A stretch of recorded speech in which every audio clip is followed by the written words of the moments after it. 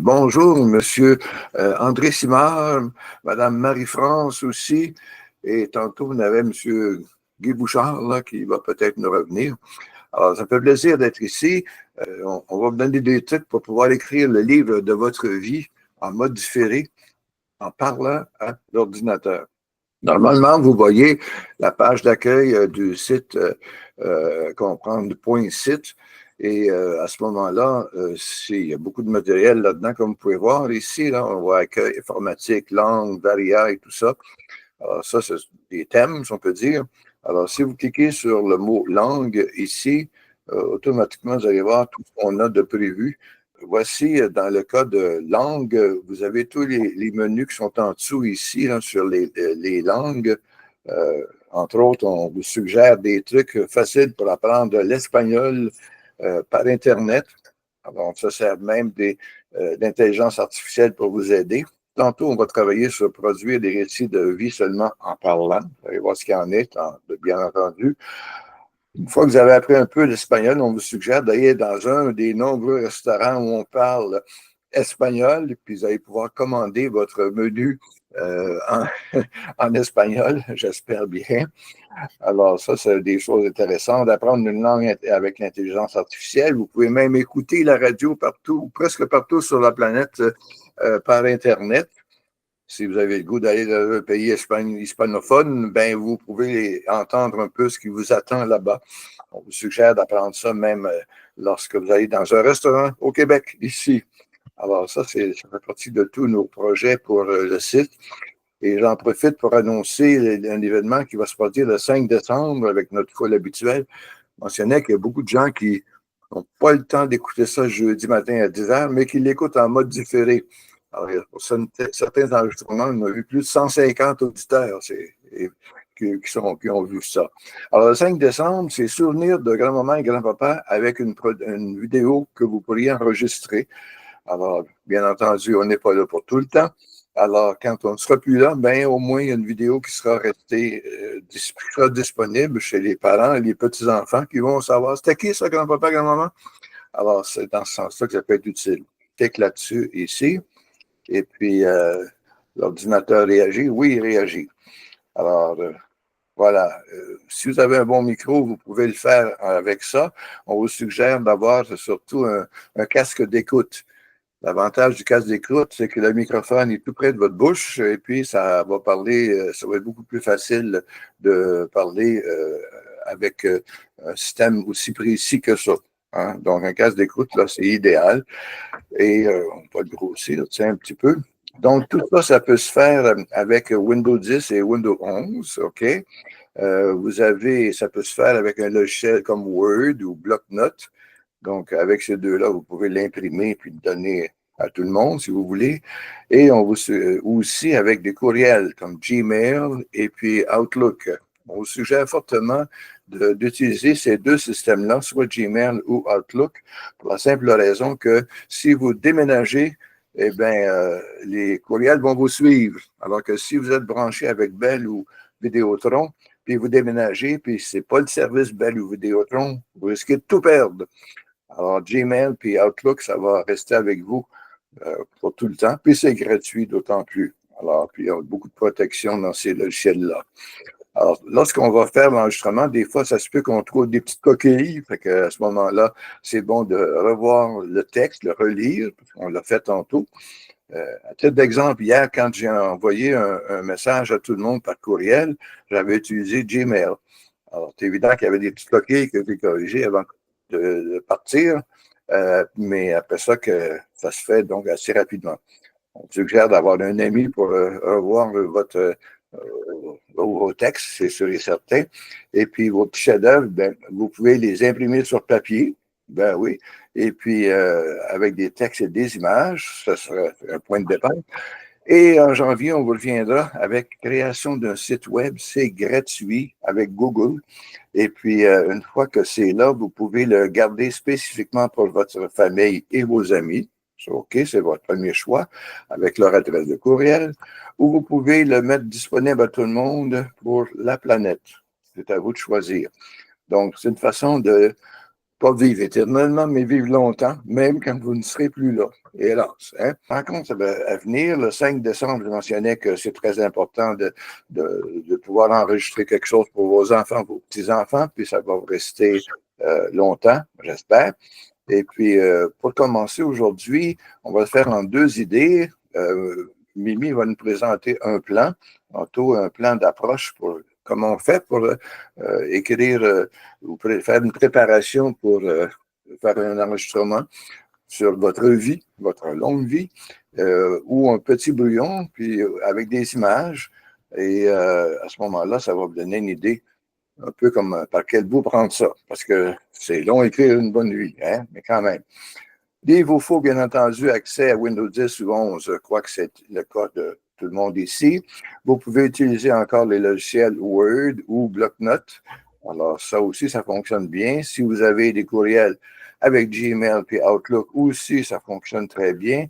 Et puis, on dit, vous aurez à taper au début, je parle. Ah, bon, pourquoi je parle, c'est que ça nous permet de placer le curseur après je parle. Là, l'ordinateur, quand il voit le curseur, il va parler, puis je vais l'écrire. Ça lui dit où commencer. Bon, OK. On vous suggère d'avoir un casque d'écoute, parce que le casque d'écoute ici, idéal, c'est que vous l'avez, le microphone tout près de la bouche. La qualité du son risque d'être meilleure qu'avec un autre système. Alors, ça, c'est un point de départ. Et dès que vous avez Windows, vous avez ici appuyé sur la touche spéciale et la lettre H. La touche spéciale, c'est ça ici. Je n'ai pas trouvé de nom pour ça, mais voyez-vous, vous avez contrôle, puis celle-là ici, mais celle qui ça ressemble à une image. Cliquez une fois là-dessus et sur la lettre S et automatiquement, l'ordinateur se met au travail. Hein. Qu'est-ce qu'il fait au fait? Il affiche une petite image comme celle-ci. Et puis, dès que vous faites ça, il est prêt à vous entendre, à écrire votre texte. Alors, si vous pouvez cliquer une deuxième fois, ça l'arrête. Là, vous avez le temps de prendre votre souffle. Bonne idée. Ben oui, pourquoi pas.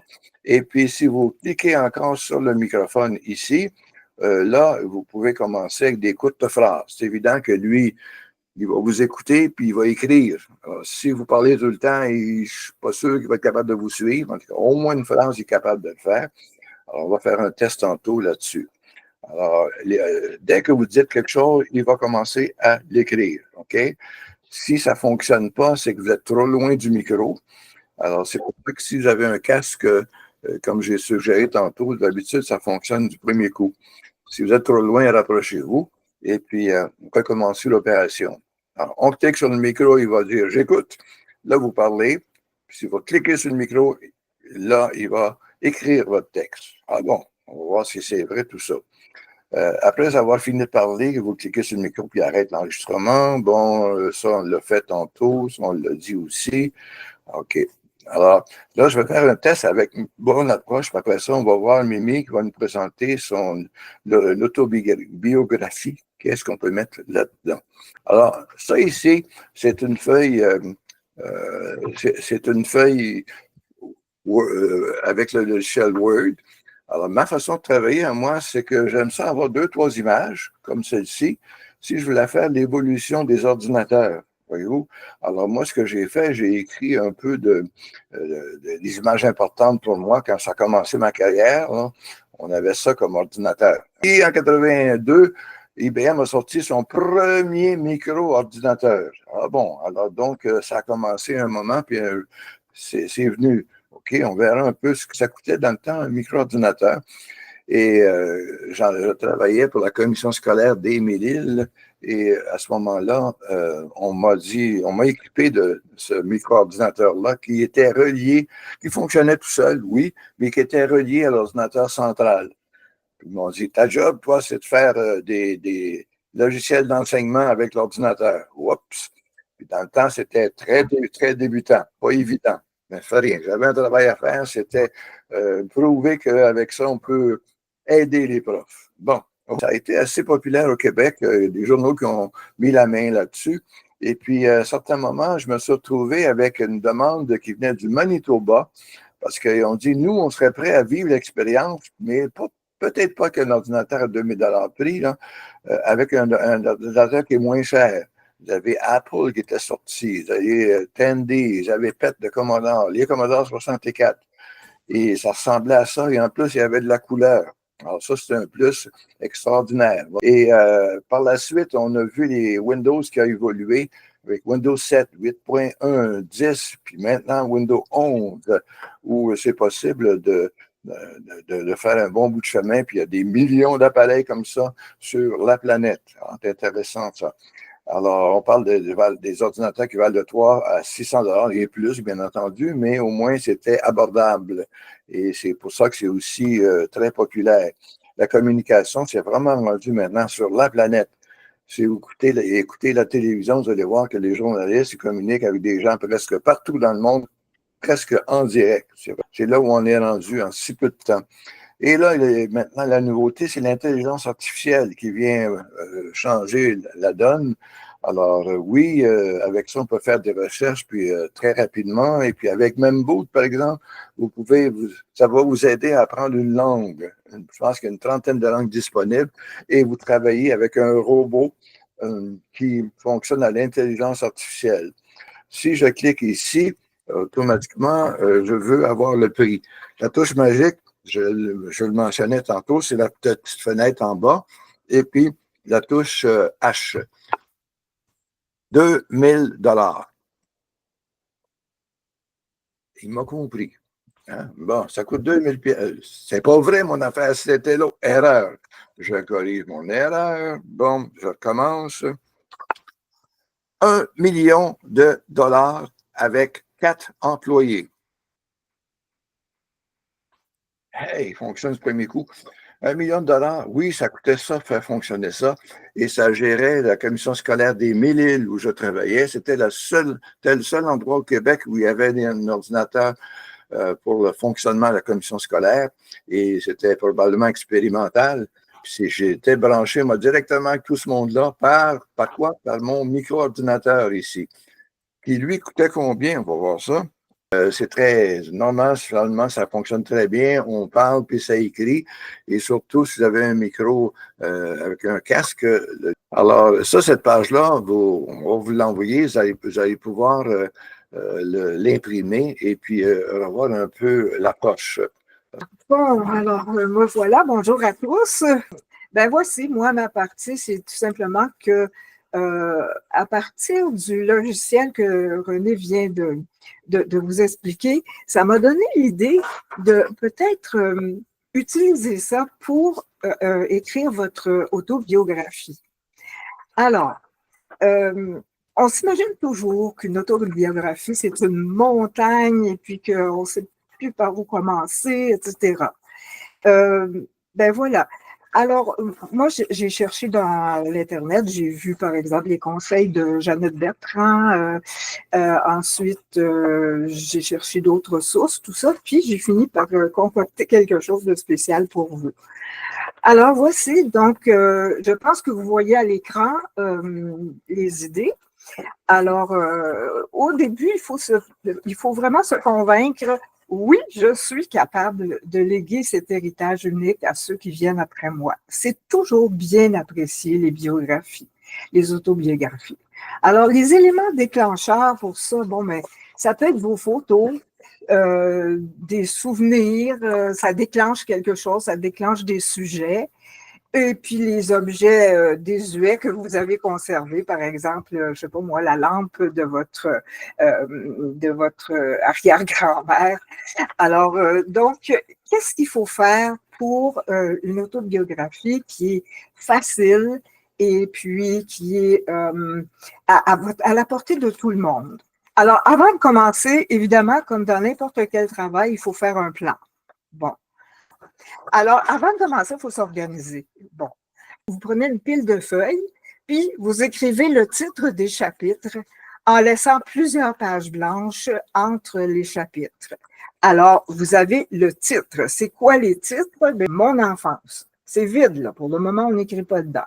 Ensuite, le chapitre 2, vous avez mon adolescence. C'est le deuxième fichier qui est dans le fichier jaune. Après ça, le troisième, ce serait ma vie adulte. Alors voilà, donc ça, c'est votre table des matières dans le fond. Après, vous avez le fichier 4, ce que j'ai appris dans la vie, ce que la vie m'a appris. Et le 5e, ce que je vous souhaite. OK. Bon, vous avez tous les chapitres qui concernent votre vie. Évidemment que vous êtes libre d'en ajouter, c'est juste une suggestion là, que je vous dis. Alors, ça s'appelle l'organisation. Et à ce moment-là, le logiciel proposé par René va vous permettre de parler pendant que le texte arrive à l'écran. Alors, il vous suffira de corriger les fautes ou de les faire corriger, puis vous imprimerez le texte. À ce moment-là, ça revient au premier support dont je parlais, c'est-à-dire sur papier, votre carnet, votre cahier qui contient tous les chapitres. Bon. Maintenant, il y a une autre affaire intéressante au niveau des supports, c'est que, bon, supposons que vous avez tout ça là déjà. Vous avez votre cahier qui est prêt à recevoir des idées. Vous avez aussi votre formule ordinateur.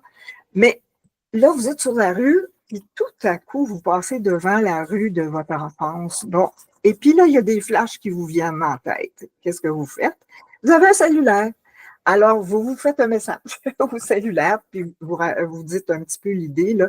Je viens de passer sur ma rue une telle, et puis ça me rappelle tel souvenir. Bon, alors vous aurez à la maison, tout simplement, à transcrire là où vous voulez ce message-là. Moi, je fais ça des idées flash.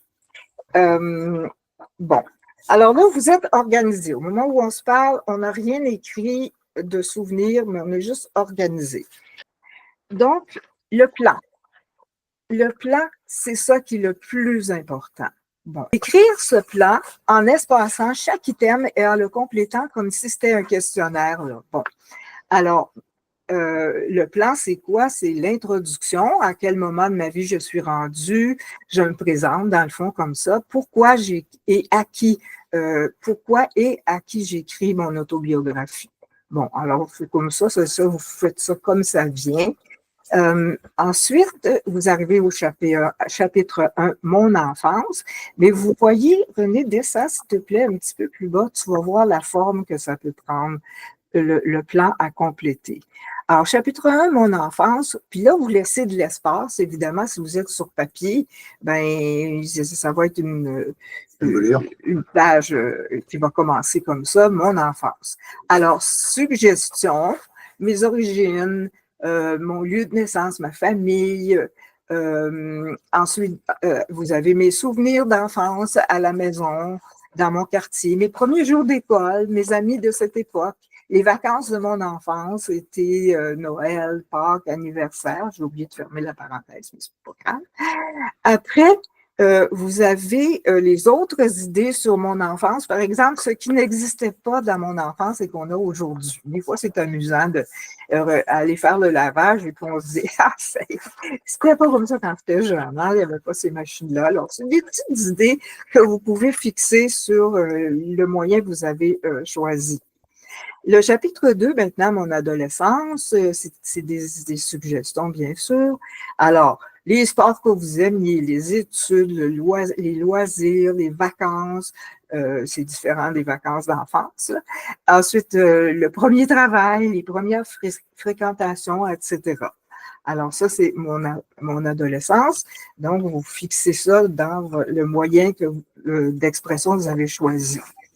Le chapitre 3, maintenant, ma vie adulte. Bon, ben, ça peut être la fin des études, la recherche d'emploi, la première embauche. Et puis, j'ai trouvé ma voie. Des fois, à la fin de l'adolescence, on a essayé bien des choses et puis on a trouvé. Bon, au niveau travail, où je ma place dans la vie. Ou ton mari, peut-être? Non, pas tout de suite. Pas tout de suite. À la fin de l'adolescence. Là. Okay. On arrive à ma vie adulte, oui, c'est vrai. OK, j'ai trouvé ma voie. Ben, là, la recherche de l'amour. Qu'est-ce que je désirais vraiment? Quelles étaient mes craintes? Bon, après, bon, la famille que j'ai fondée, fiançailles, mariage, venue de chaque enfant, mes succès. Bon, OK. Puis après ça, ben, on peut arriver aux épreuves que j'ai traversées. Mais ça, ces épreuves-là, elles peuvent être incluses aussi avant. Supposons que vous avez perdu vos parents très jeunes. Bon, ben, à ce moment-là, dans votre jeunesse, vous pouvez placer ces deuils-là, ça dépend. Alors, moi, je les ai mis dans la vie adulte, mais quand même.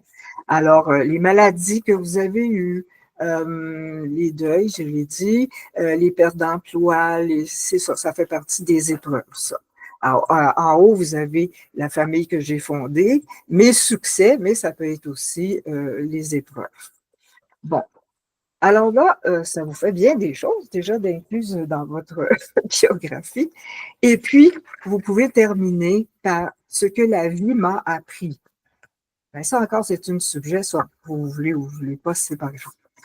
Et puis encore, à la toute fin, c'est que ce que je vous souhaite à vous qui avez lu le récit dans ma vie, donc vous leur laissez comme un petit souhait quoi, à ces personnes-là à qui vous vous adressez et qui vont avoir lu votre vie. Voilà. J'aurais aimé quand même avoir vos opinions là-dessus. Alors, est-ce qu'il y en a qui veulent s'exprimer? L'année passée, le FADOC, il m'a invité de décrire un petit peu, bien sûr, mon cursus, c'est-à-dire développer, enfin, depuis mon enfance jusqu'à mon arrivée ici. Je l'ai fait en vidéo. Donc, je ne sais pas, mais il n'est pas aussi planifié comme vous l'avez suggéré. Je ne sais pas. Là, j'ai pris quelques notes et peut-être je vais prendre les points par point. Là. Merci. Est-ce que quelqu'un d'autre veut s'exprimer? D'abord, est-ce que vous avez l'intention d'écrire vos mémoires? Je trouve ça très intéressant, mais il y a une quinzaine d'années, j'avais déjà écrit avec une amie qui m'avait aidé une partie de ma vie, mais bon, il en reste encore. Oui, Marie-France. Oui, bonjour. Mais c'est intéressant comme approche. Merci. Ben, ça me fait plaisir. Si ça peut vous aider à peut-être... excusez, à qui aviez-vous destiné votre chef-d'œuvre? Oh, ben, j'avais fait pour moi, en passant que peut-être ça serait intéressant pour mes enfants. Oui. Mais je leur ai donné même encore, il n'y a pas si longtemps, mais je ne suis même pas sûre qu'ils l'ont lu. Bon, ben à ce moment-là, peut-être que ce qu'on a fait ce matin, peut-être que ça va vous inspirer pour les petits-enfants. Les petits-enfants, eux, ils vont être vraiment, mais vraiment intéressés parce qu'ils nous demandent toujours comment c'était quand vous étiez petit, comment c'était. C'est ça, donc vous pouvez les intéresser beaucoup. Ben merci Marie-France. Merci à vous. La semaine prochaine, je vous rappelle que vous pourriez faire le même travail, pas seulement par écrit, mais en mode vidéo. D'autres mots, c'était vos souvenirs de vos petits-enfants, puis ce que vous avez vécu, on va vous voir. Parce que les gens disent, bien beau un texte écrit, mais on ne les reconnaît plus. Mais là, ils vont dire, oh, ils sont vraiment là. C'est bien ça. Écoutez, on vous remercie d'avoir été là. Oui. Et on va le rendre disponible en mode vidéo. Comme je mentionnais tantôt, il y a beaucoup plus de monde qui écoute ça.